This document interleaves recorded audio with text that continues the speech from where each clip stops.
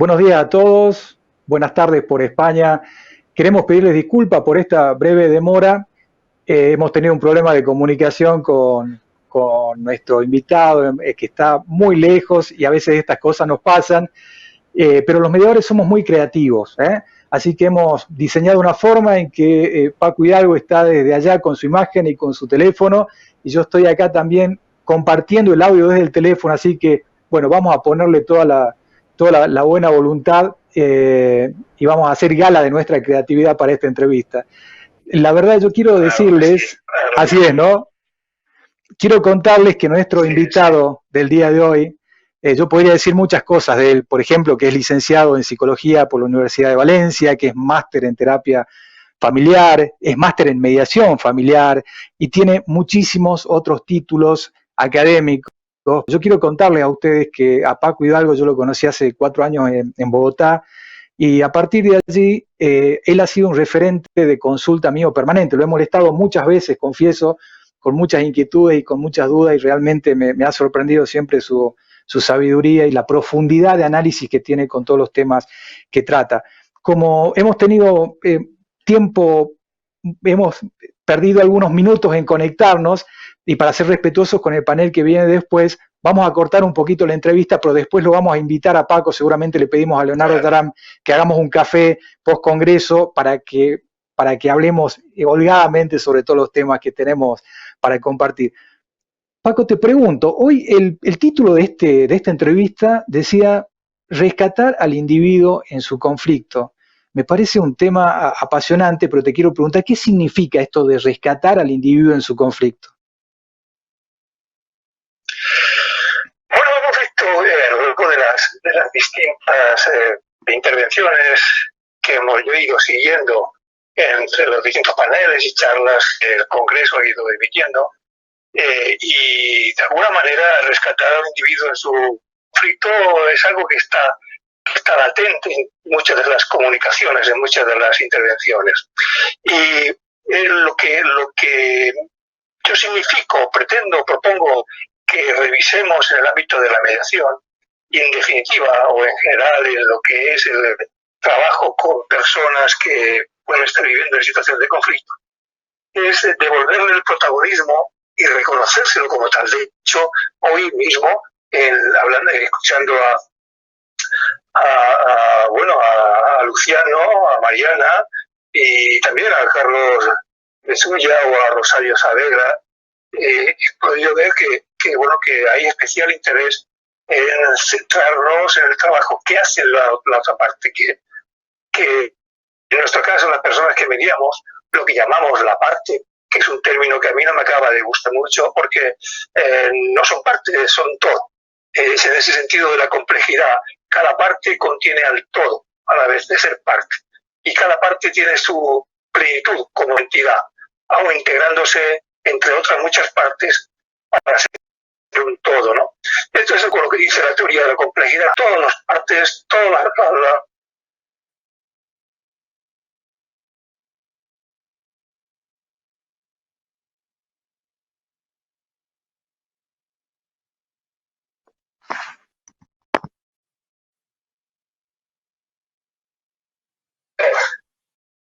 de arriba, cómo se manifiesta el conflicto, y pensamos que hay mucho más oculto.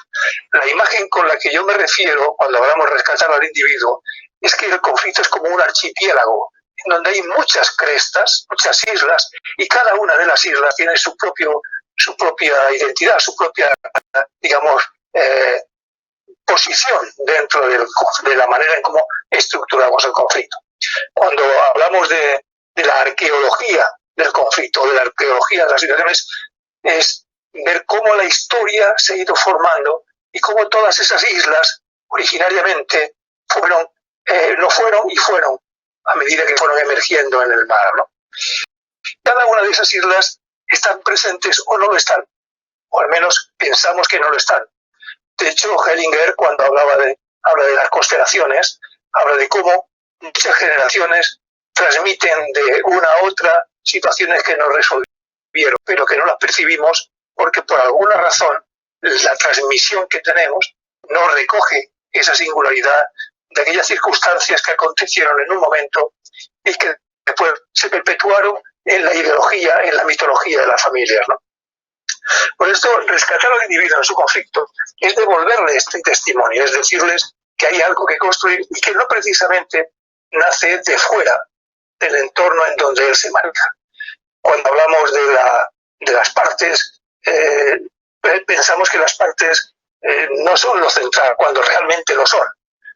Cuando hemos estado escuchando hablar de lo que está haciendo en las cárceles, de la manera en cómo se está trabajando en la escuela, el alumno, el preso, el centro, no es tanto aquello que nosotros o la tecnología que aplicamos para trabajar con ellos. Y vemos cómo en un momento determinado, como cuando hablaba Rosario de los adolescentes, es decir, es que hemos de utilizar el lenguaje del adolescente para poder entender desde ese contexto qué es lo que nos está transmitiendo. A mí me pareció muy interesante Luciano cuando hablaba también de este parecer, quizás cuando decía que había que utilizar la jerga del joven preso para poder entender y comunicarnos también en ese nivel.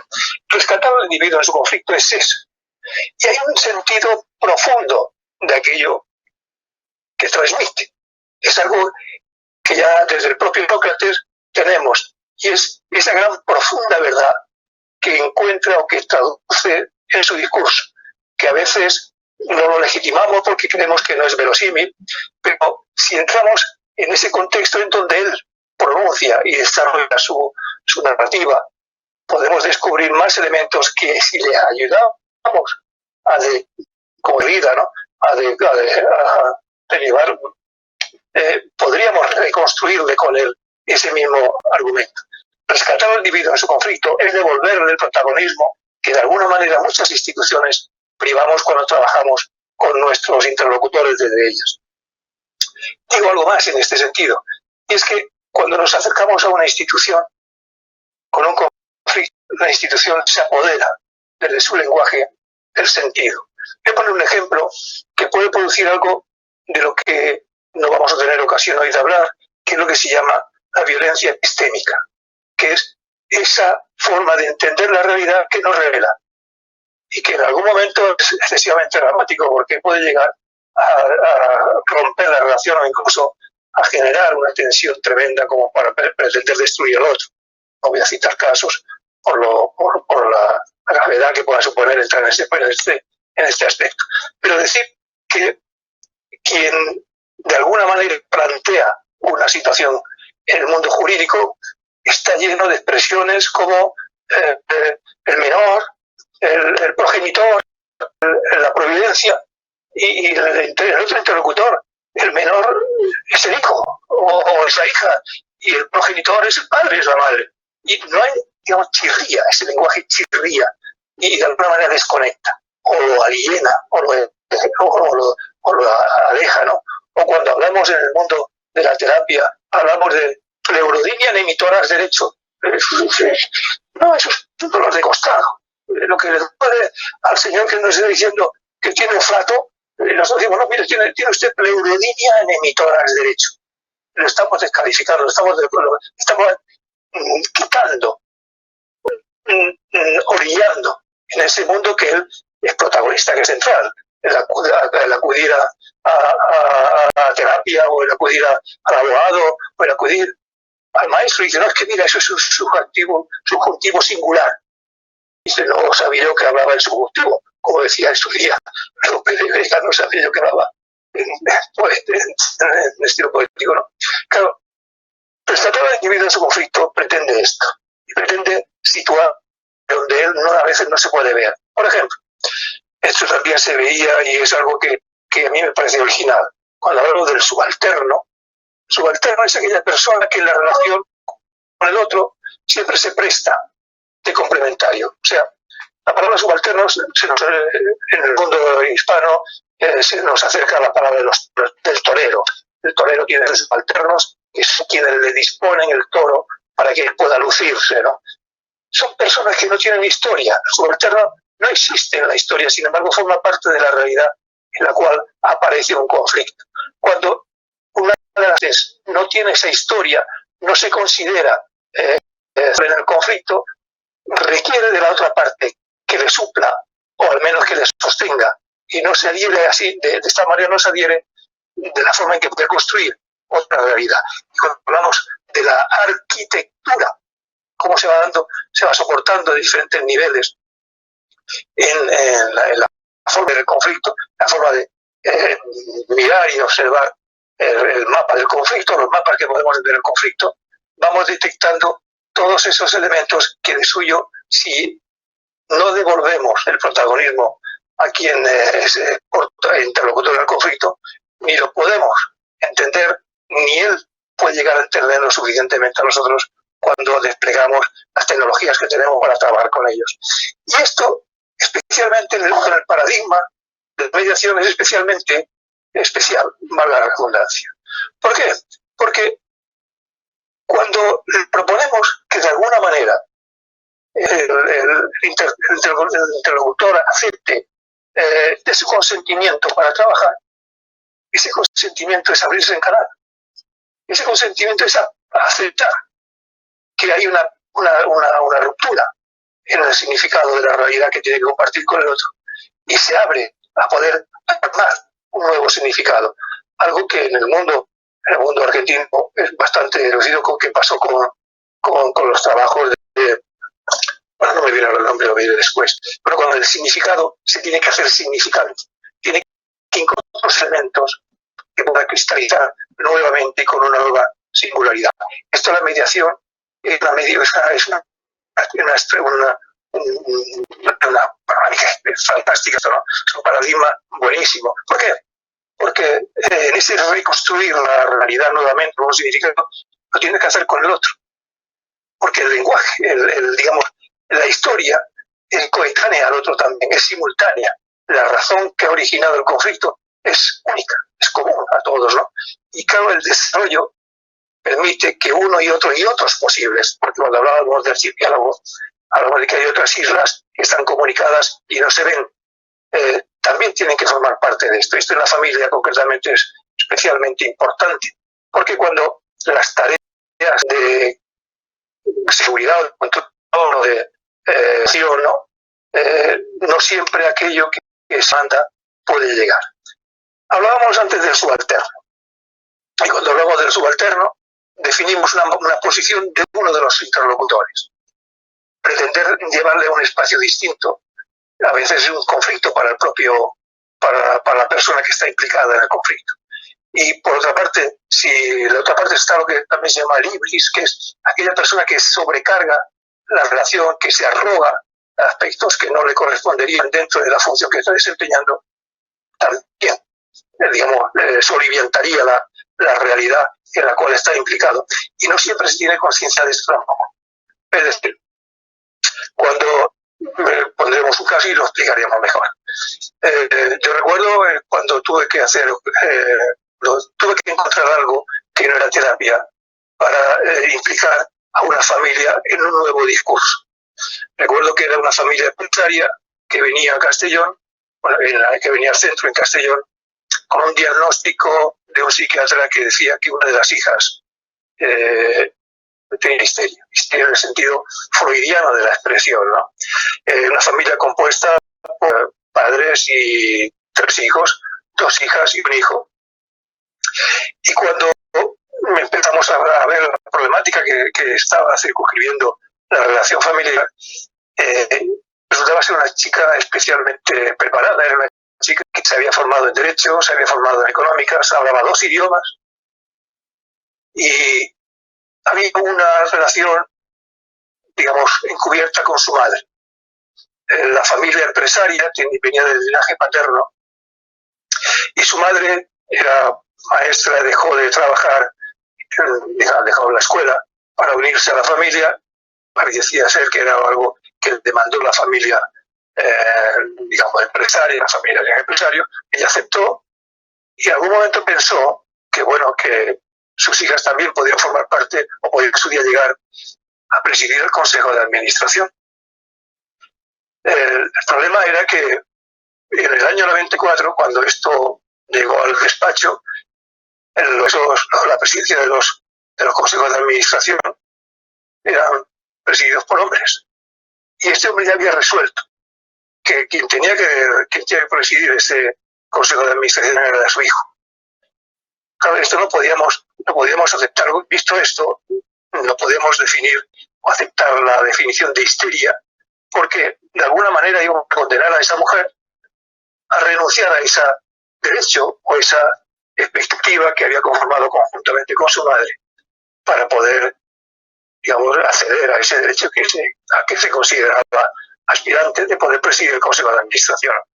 Este sería un caso de ibris, una persona que no va a aceptar un tipo de solución, no sea la que ella quiera dar. Tiene un poder especial. Dicho esto, hay que decir que cualquier relación siempre tiene una definición jerárquica.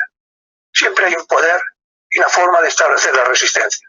En la medida en que la resistencia da juego al poder, permite y facilita que el poder cambie, que el poder se ajuste a una nueva manera, a una nueva estructura. Aquí estamos hablando ya de construir nuevos significados. Aquí estamos hablando ya de cómo aceptar que el conflicto también se construye con el otro. Y la mediación es un instrumento genial. ¿Por qué? Pues porque es voluntario. ¿Por qué? Porque en el momento en que tú consideras que no eres en el nivel que considera que quieres, lo puedes requerir. Y el que legitima eso es el mediador, que construye igualdad. No nace de la igualdad. Cuando se rompe ese orden jerárquico que hay entre las relaciones que los miembros de una familia, por ejemplo, viene a aparecer lo que se llama una heterarquía, que es otro orden que no conocemos exactamente cómo funciona, pero sí conocemos sus desórdenes. Sí conocemos de qué manera la organización tiene que vehiculizar las relaciones para generar un nuevo significado. Y esto se hace siempre, o se debe hacer siempre, como yo muchas veces digo, en el comedor de casa. No se hace en un despacho, o si se hace en un despacho, se connota como el despacho, como la institución depositaria de ese conflicto lo interpreta. Y ahí introduce un lenguaje que en muchos casos es ajeno al lenguaje que la familia utiliza para revelar su realidad. Claramente en las familias empresarias hay una dificultad con que son familias y son empresas. En un momento determinado, como decía Josep Pernod el otro día, cuando decía que una familia en Barcelona le dijo que estaba una empresa familiar, dijo que estaba perfectamente rodeado de los grandes profesionales, pero que daba un cheque en blanco si alguien le arreglaba el problema que tenía su hijo mayor y su hijo menor. Sí, claro, el problema es que no era una cuestión técnica, no era una cuestión, disciplinaria, era una cuestión privada que tenía que tener una conformación distinta. La mediación es el instrumento adecuado.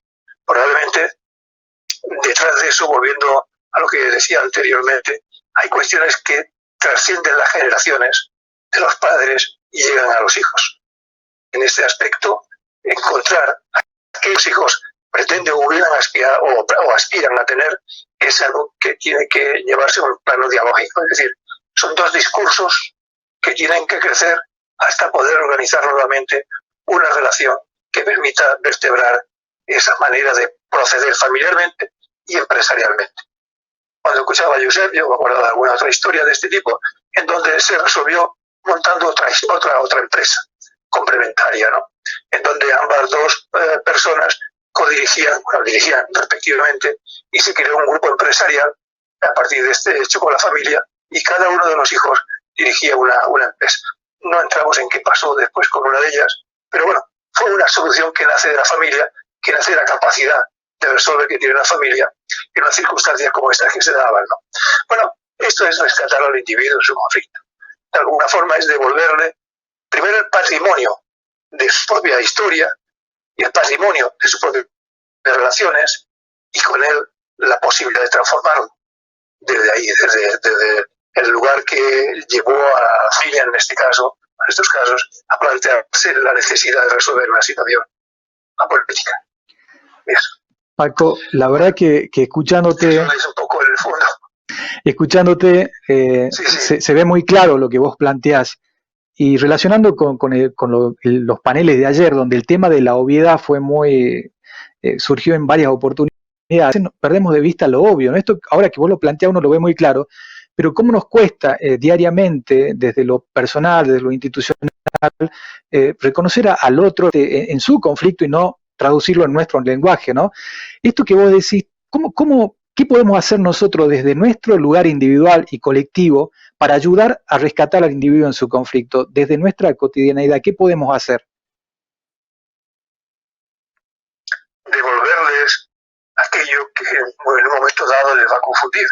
Es decir, hay muchas veces que cuando contamos la verdad, sufrimos un autoengaño o construimos una verdad con un autoengaño.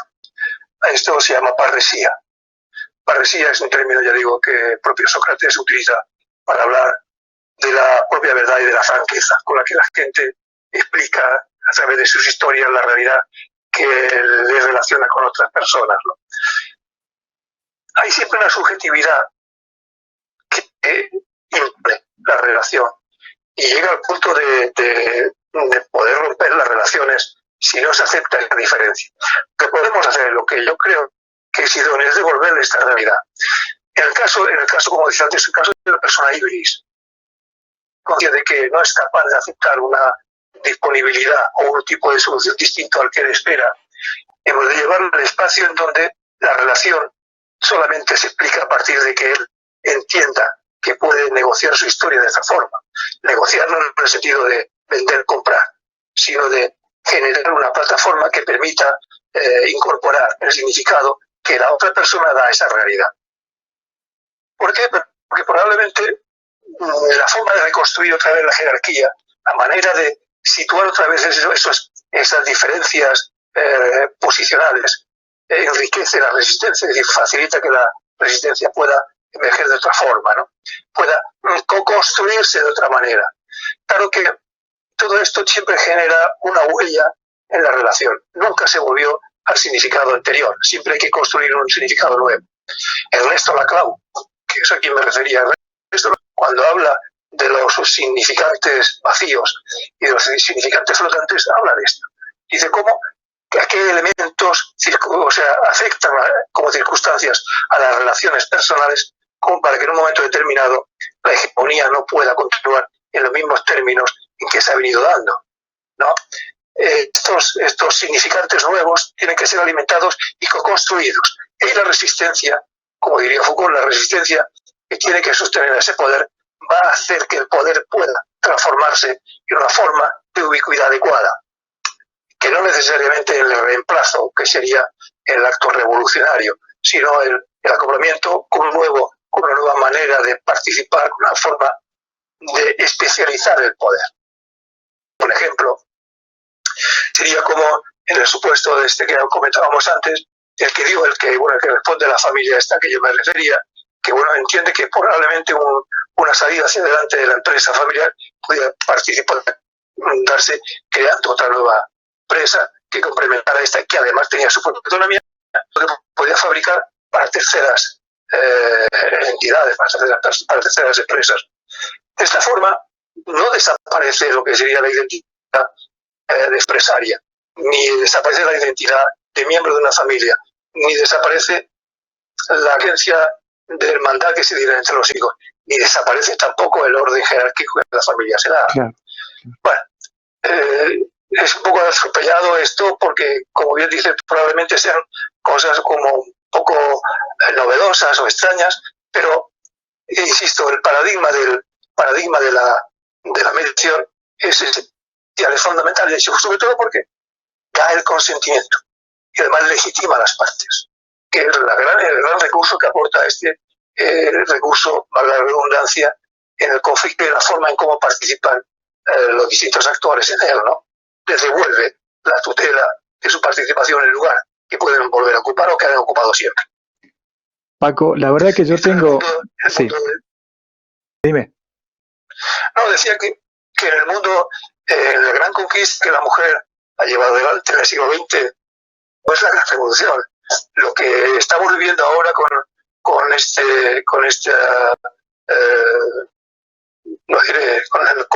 COVID-19 es también una gran oportunidad. Porque dentro de lo que no vamos a poder trabajar ya hoy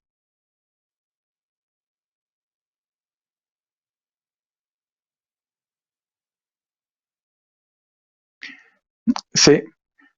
Paco, no te escuchamos, parece que se fue un poco el audio. Si vos me escuchás a mí, ¿nos escuchás? Bueno, no lo escuchamos a Paco, pero yo espero que nos estés escuchando. Yo quiero agradecerte realmente por tu predisposición, por esta capacidad de redondear un tema tan grande, tan novedoso en pocos minutos. Espero que me estés escuchando para que reciba el agradecimiento nuestro de toda la gente que está conectada y te comprometemos a que vamos a hacer este tema en algún evento posterior donde tengamos mucho más tiempo para desarrollar estos temas tan interesantes, tan novedosos y ahí recuperamos el audio. Queríamos darte las gracias enormes, Paco, por esta participación, por tu buena voluntad de aceptar esta comunicación tan extraña que estamos con los teléfonos acá, pero bueno, de alguna manera queríamos que tu voz salga, que se escuche, lo que tenés para decir siempre es muy importante, así que te mandamos un abrazo enorme y muchas gracias. A ti, Gustavo, muchísimas gracias a ti, muchísimas gracias a la Fundación Mediar por contar conmigo y con nosotros. Siempre vamos a estar aquí, por supuesto. Creemos que tenemos que luchar porque hay que luchar por la migración y por todos los ramos, todos los mar, mejor dicho, a ese lugar que corresponde dentro de la capacidad que tiene de poder movilizar a la gente de base, ¿no? Sí. Un abrazo grande, un abrazo grande.